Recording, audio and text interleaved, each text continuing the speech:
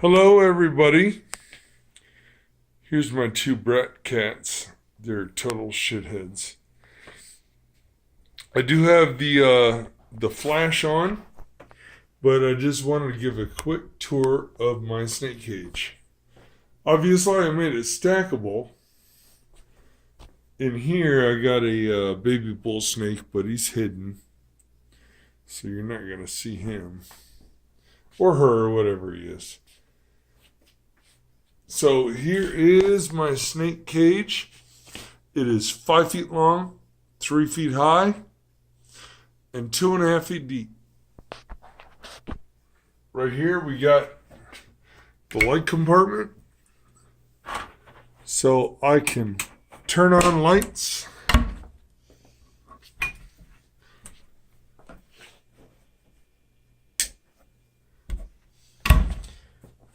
And there is light on subject. So you got my female in the water bowl. My male's over here. And he's the bigger one. They're both pretty cool. While they're in their cage, they tend to be a little bit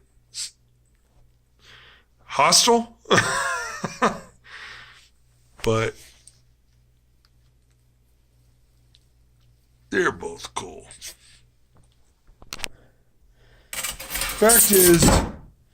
The fact is, I have another video of her where I actually antagonized her and I gave her every opportunity to bite me. And all she did was fake strike and tail whip me. And once you get her out of the cage, she's totally cool. Anyway, moving along. So I got the slate rock in here. I took this off of my patio. I had some extras. And I put those in there just because otherwise, man, this glass would just be covered in dirt. I don't know if you can see it, but you can see how the glass on this side especially is dirty. But I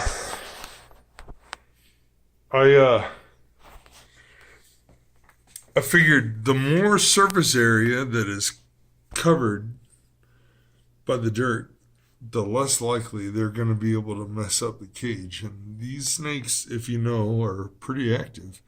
There's my kitty. So, nice thing about this light compartment that I built, I got all kinds of space in here for tongs, lights. You know, if you have a snake terrarium, you buy an infrared light, save the receipt, save that receipt, put it in a box, because it will eventually blow out, and you can take it to the store and get a new one. That is the most important thing. So you can see here, I got a cover for them. They can sit on top of the rock and get the most of the heat. They can cover under it. They can go to the middle. They can bask in the water. They can hang out around the side. Basically, this end of the terrarium is about 80 degrees. This end of the terrarium is about 70 degrees. So they've got quite a bit of options. I bought these off of Amazon. They're awesome. You just glue them on. I mean, they're already glued. You just peel a sticker off of them, put it on. If anybody's interested in that, let me know in the comments, and I'll post it in the description. But that's awesome. I got a little layer of cloth here for everything that's on top to protect the finish. I stained it, lacquered it. This is about a 1/2 inch thick plywood here. About a 1/2 inch. A little under. No, I'd take that back. It's about 3. Yeah, 1/2 inch. This, put this in just to make it look finished.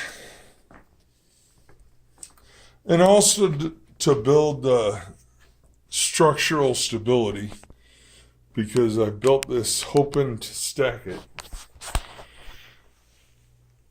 I got a sled here. You can see the wheels, so you can lock it. So this cage isn't moved. Both of those wheels are locked down right now. I can unlock them, move this cage around. This cage is way too heavy to move. Underneath those rocks, first I put down a layer of gravel, pond gravel. And then I put some, what do you call it? Shit. What do you call it? The landscaper stuff on top of it. So it allows water to pass through, but it doesn't allow plants to grow through it. And then on top of that, I put the dirt. One of these days, I want to try to make this bioactive. I moved them into this cage about 2 weeks ago. I haven't tried to feed them since then.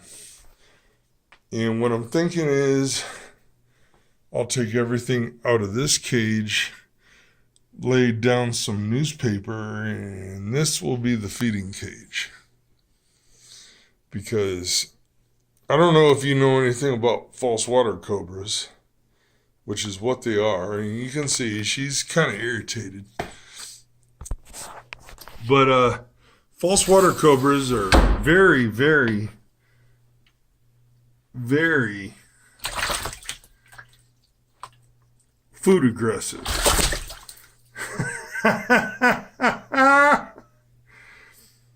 It's funny as shit.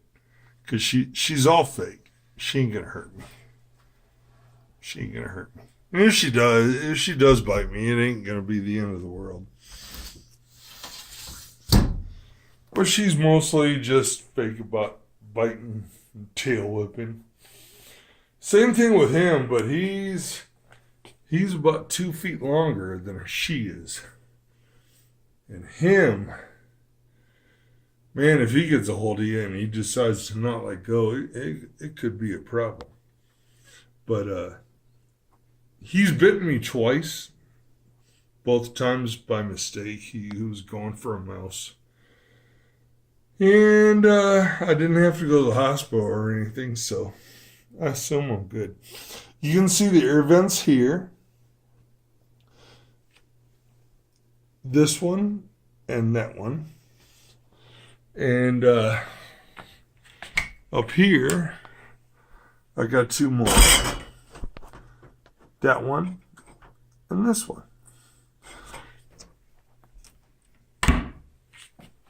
So far, that has been just right.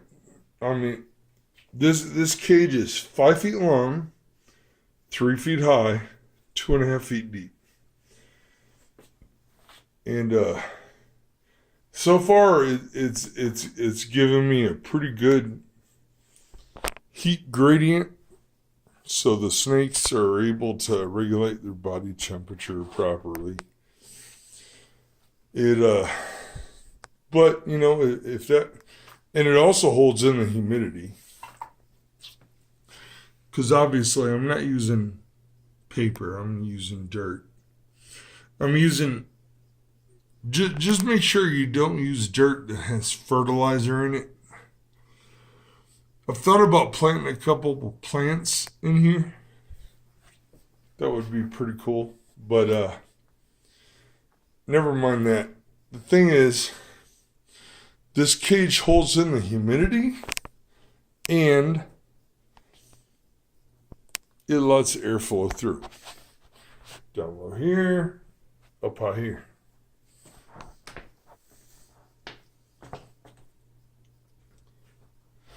I got that siliconed in. All the air vents are siliconed in, and they're inserted from the inside because as much as shitheads as my kitties are, they're not really that desperate to get in that cage. They're really curious about it, but they don't really want to get in there. And if they did, they'd kill my snakes. They'd kill my snakes. I wouldn't want that. The inside is water finished with it's waterproofed with Pond Shield. 2 coats of Pond Shield. Probably should have used more. Some of the videos you'll see on Facebook say, you got to put fiberglass on all the corners and all the edges. I didn't do that. God's honest truth, I was just too goddamn lazy. But I might wind up regretting it. We'll see. We'll see if later on I find a bunch of water leaking under here. But this cage isn't intended ever to have a water feature. So it's not that serious. All I got to do is protect it from humidity. And they get plenty of humidity. That is a pretty awesome, big water bowl for them to hang out in. She is still kind of pissed off. But anyway, but they got places to hide. They got plenty of room. I haven't fed them since I moved them in here. And the plan is to empty all this out. This will be my feed cage. So if I want to feed them, I take them out, put them in here, leave them a mouse. I prefer to feed frozen thawed or fresh killed. But the fact is, both of these snakes are assholes. And they don't like frozen thawed, and they don't like fresh killed. Don't blame me, that's just how they are. But if I were to throw a mouse in there, my nightmare would be that they both grab it, and then one would wind up swallowing the other. And it would probably be this guy.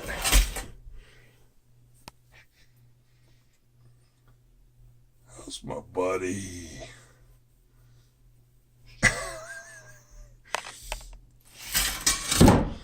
They're both pretty cool. So I got 1/4-inch thick tempered glass here.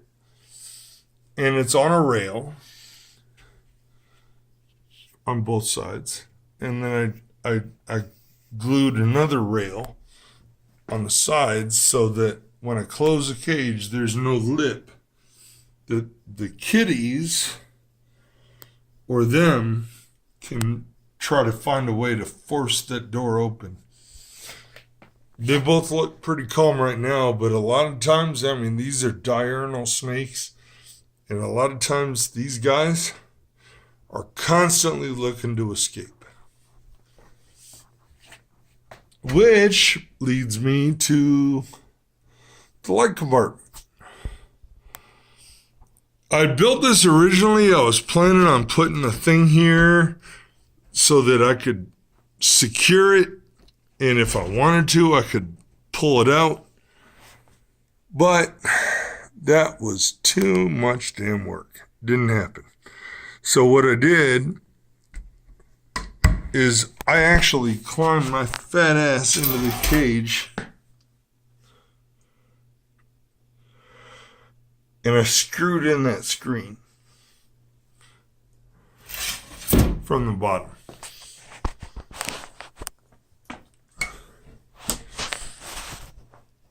And that worked out pretty well because I got a lot of storage space in here. Frees up a lot of space. I got that timer here, which doesn't work if you have a better idea for a timer, a reliable timer, please put it in comments. I'm all down for that. But the main thing of this is to keep the snakes from being able to get in here. You can see right there where the electrical cord comes through right over here. And because it's so much easier to fiddle with the lights from in here than it is to move this away from the wall and fiddle with it then. But anyway, I think I did a pretty bang up job.